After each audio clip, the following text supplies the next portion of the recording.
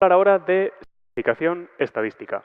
Para entender la significación estadística tenemos que entender en qué consiste el contraste de hipótesis. Un contraste de hipótesis, al final, tú comparas un efecto con un error. Y tenemos dos tipos de hipótesis.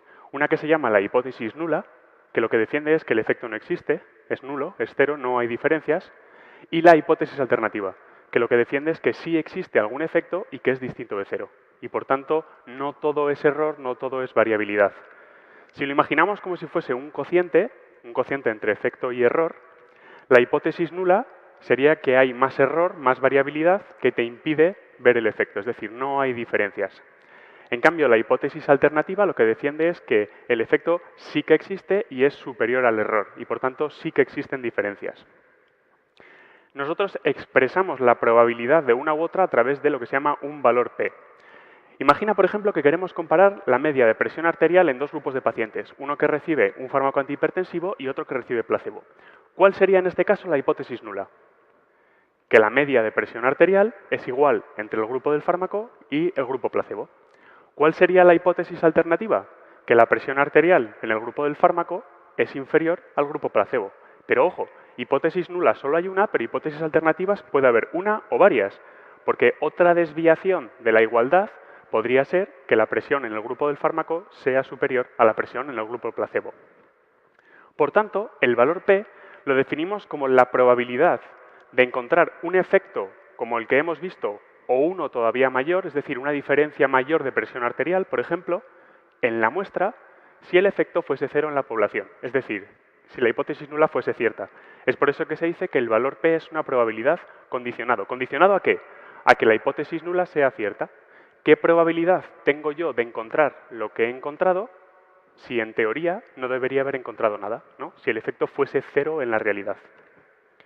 Si la media de presión arterial en el grupo que recibe el antihipertensivo es de 115 y la del grupo que recibe el placebo es 128, una diferencia de 13 milímetros de mercurio, que es lo que yo he visto, si yo obtengo un valor P inferior a 0,05, significa que la probabilidad de encontrar esta diferencia de 13 milímetros de mercurio, si teóricamente no debería encontrar diferencias entre un grupo y otro, es inferior al 5%. ¿Cómo interpreto el valor P? Por debajo de 0,05, rechazo la hipótesis nula, no parece por tanto que el azar lo explique todo, el efecto es mayor que el error, hay diferencias estadísticamente significativas o evidencias a favor de la hipótesis alternativa.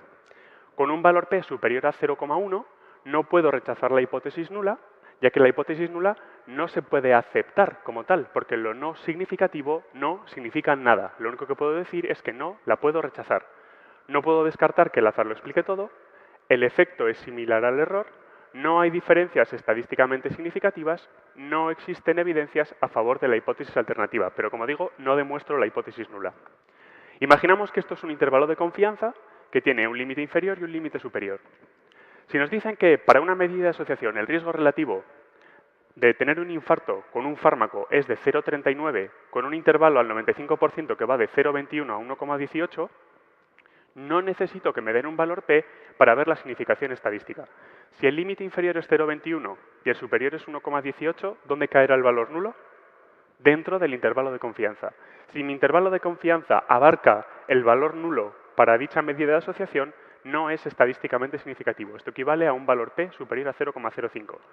En cambio, si nos dan un intervalo de confianza que va de 0,21 a 0,68, ¿dónde caería en este caso el valor nulo? Fuera del intervalo de confianza. Y por tanto, esto equivaldría a una diferencia estadísticamente significativa. Hay que buscar el valor nulo dentro del intervalo de confianza para saber si algo es estadísticamente significativo.